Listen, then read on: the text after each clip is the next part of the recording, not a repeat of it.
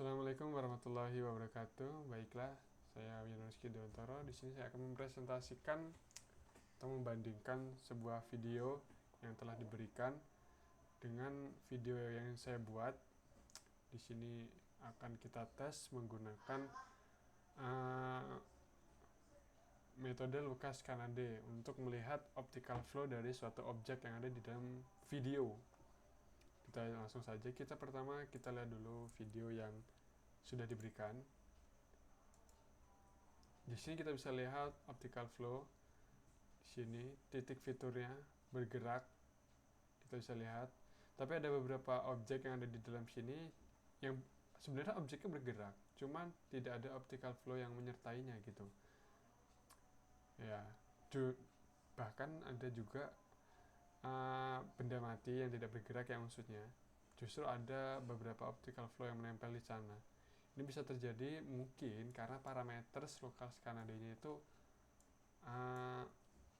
bisa disesuaikan lagi gitu. Ini bisa lihat tuh. Ini juga bisa dibuktikan dengan kita lihat di sini. Di sini ada titik optical flow-nya. Nanti kalau misalkan dia ada lewat orang, dia pasti ikut berpindah juga. Nah, biasanya sih ini pergerakan pergerakan pikselnya itu terlalu cepat dan tidak bisa diikuti. Kayaknya sih gitu. Nah ini, itu tadi dia ikut nih, kalau dia ketinggalan lagi biasanya set. Nah sampai sini dia tertinggal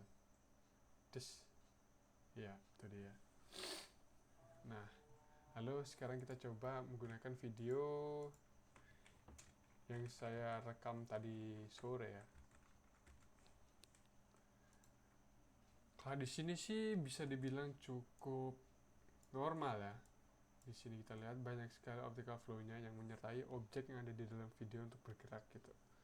Nah ini, setiap optical flow itu bertabrakan dengan objek yang bergerak, dia akan mengikuti. Tapi kalau misalkan dia terlalu cepat gitu ya, maka dia bisa ketinggalan. Nah tuh dia malah ke sini kan. Belum lagi ada noise, kita bisa lihat banyak sekali noise yang ada di sini yang akan mengganggu pendeteksian piksel yang bergerak gitu kan. Karena yang bergerak itu gak cuma objek, latar yang bernoise juga itu kan pikselnya itu bergerak gitu, yang putih-putih gitu kan ya.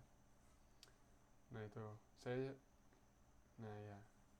dilihat itu masih, dan lama-lama hilang ya dia karena kebawa sama yang tadi itu. Oke, kita lanjut ke metode selanjutnya, yaitu subtractor. Di sini kita bisa melihat yang ini.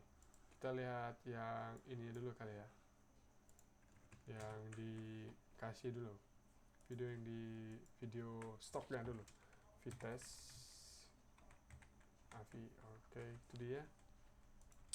Kita bisa lihat di sini kalau metode yang ini tuh agak berbeda dari yang tadi. Kalau yang tadi itu dia akan mengikuti piksel yang bergerak atau objek yang bergerak gitu ya. Kalau di sini piksel yang bergerak akan di grayscale dan akan ditingkatkan warnanya gitu, warna putihnya gitu. Jadi kita bisa tahu tuh, lihat di sini walaupun tidak ada pergerakan ya, karena ada noise juga, yang dimana noise itu kan akan merubah suatu piksel yang ada di dalam layar gitu, dan itu akan dibaca oleh komputernya dan dia akan dicerahkan juga sesuai algoritma dari subtractor ini tuh ya. Dan ini kita bisa lihat benda yang tidak bergerak ini, kotak di tengah ini ya, ini tidak bergerak, dia akan hitam, padahal warnanya bukan hitam, pikselnya bukan warna hitam. Mereka ini banyak warna, cuman karena dia tidak bergerak dia hitam. Tapi objek-objek yang bergerak ini warnanya putih karena dia bergerak gitu. Nah di sini kita bisa lihat orang ini bengong dikit, dia akan jadi hitam. Itu menandakan bahwa yang dideteksi adalah yang bergerak saja, pikselnya ya, pikselnya yang bergerak gitu, dari warna satu ke warna yang lain. Oke, Kita masih yang metode kedua, tapi kita gunakan video yang saya rekam sendiri. Tes 2 titik MP4. Nah, ini dia. Seperti yang sudah saya jelaskan tadi, ini bergerakan ya, maka pixelnya akan berubah gitu. Ini kan tadi tembok saya warnanya kuning nih, jadi warna hitam karena ya tembok nggak gerak gitu, tapi objek-objek ini dalam sini itu bergerak. Nah, ini titik-titik putih ini adalah noise ya kan, yang tadinya temboknya itu warna kuning, mungkin ada noise agak-agak jadi coklat atau mungkin agak-agak jadi putih gitu kan, noise.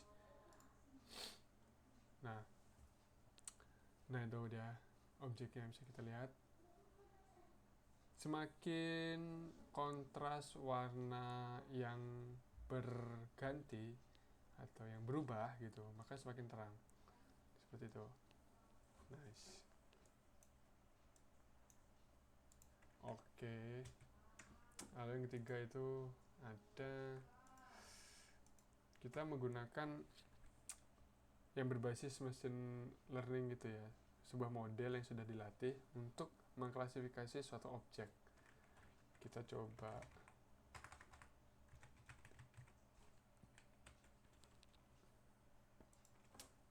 kalau yang tadi itu dia mendeteksi suatu gerakan, suatu perubahan, suatu pixel gitu. Kalau ini dia akan mengklasifikasi objek yang ada di dalamnya. Ini kita bisa lihat person, truck ya, mobil. Nah, ini ada satu anomali yang mungkin tidak bisa dideteksi oleh modelnya. Ini apa, ini sesuatu kayak pelang atau apa?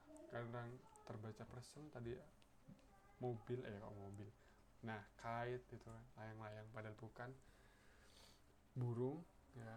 Tapi kita fokus ke orang yang di sini. Kita bisa lihat tidak ada satupun orang yang lepas dari klasifikasi model ini.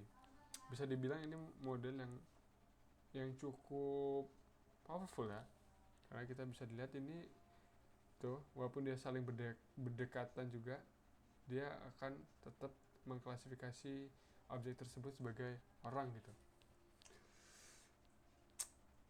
Oke, itu dia.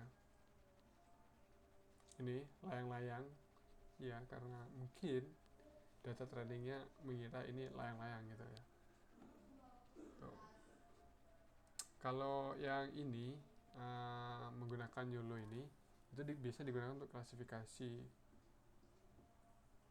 video gitu. Oke, kita sekarang coba pakai sampel video yang kita rekam.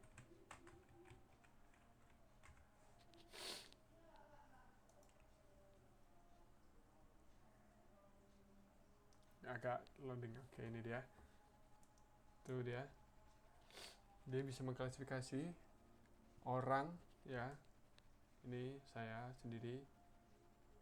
Ini sebenarnya dia akan mengklasifikasi ini sebagai layang-layang mungkin ya. Cuman karena tidak ada petunjuk yang lebih cukup gitu, karena ini kurang setengah juga, mungkin dia susah gitu. Tapi untuk mendeteksi orang ini sangat powerful ya. Bahkan nanti saya akan mencoba di sini, masih di video ini saya mencoba menutupi wajah saya. Nih, sabar ya, agak lama dikit, nggak ngaruh lah ya.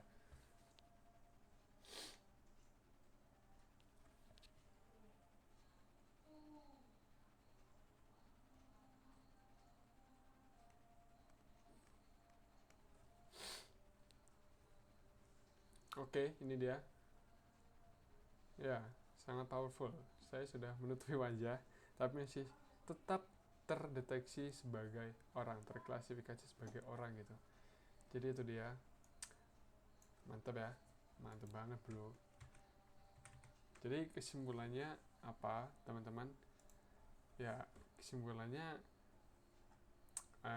ketiga metode ini tadi memiliki keunggulannya masing-masing gitu. Tergantung sama kebutuhan kita buat apa. Jika tujuan utamanya adalah melacak pergerakan fitur, maka optical flow itu adalah pilihan yang terbaik. Jika kita ingin mendeteksi kehadiran objek bergerak tanpa mengenali jenisnya, maka background subtraction adalah pilihan yang tepat. Lalu jika kita memerlukan deteksi objek spesifik dan klasifikasinya, maka YOLO V8 memberikan hasil yang paling komprehensif gitu. Oke teman-teman, terima kasih telah menyimak video ini sampai selesai. Kurang lebihnya saya mohon maaf. Saya akhiri. Wassalamualaikum warahmatullahi wabarakatuh.